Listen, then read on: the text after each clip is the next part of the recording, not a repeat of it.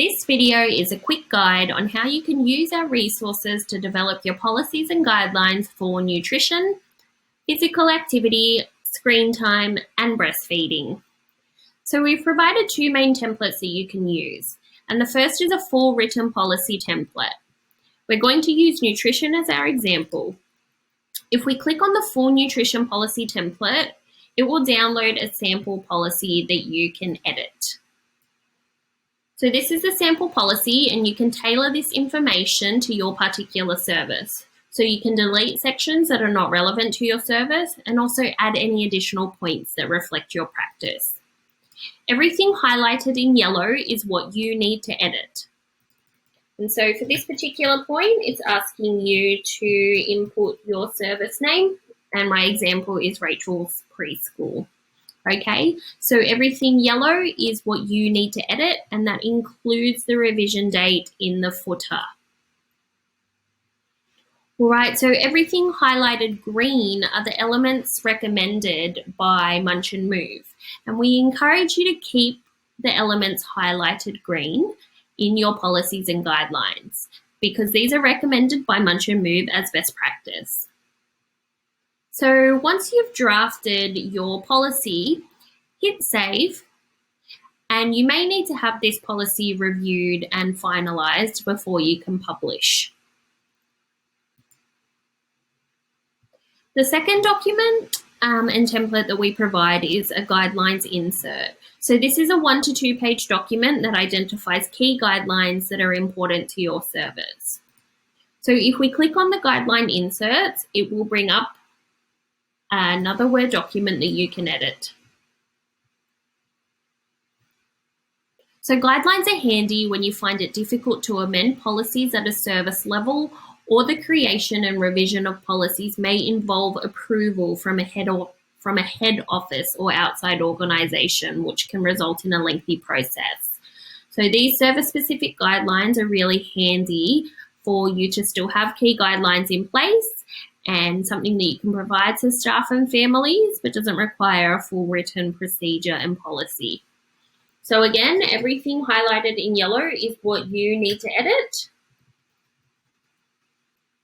And this just provides some instructions on how you may wish to use this template.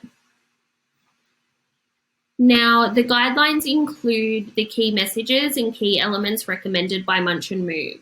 And the highlighted green are examples of how your service may be achieving this specific key statement.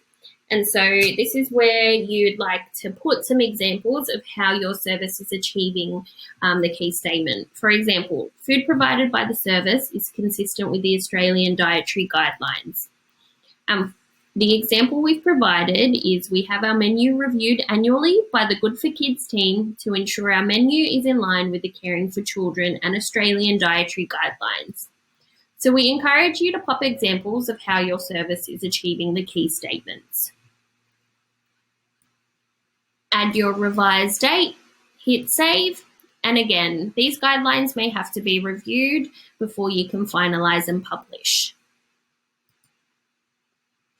Now for breastfeeding, we've also provided another template, and that's the breastfeeding support plan.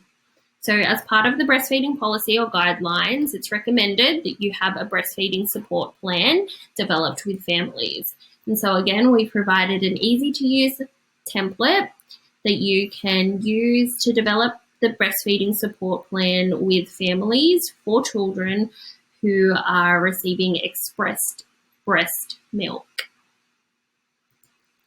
Now, if you already have policies, procedures, and guidelines in place, you may wish to use our policy checklist, which reviews whether these include all elements recommended by Munch and Move. And lastly, we've just provided some links to some resources you may wish to refer to when developing your policies and guidelines.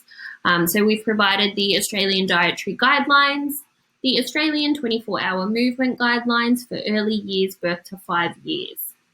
So Munch and Move promotes healthy food and drinks, as well as physical activity and sedentary behaviours that are in line with these guidelines. And so we've provided these resources available to you on this page. Now, I hope you found this video useful.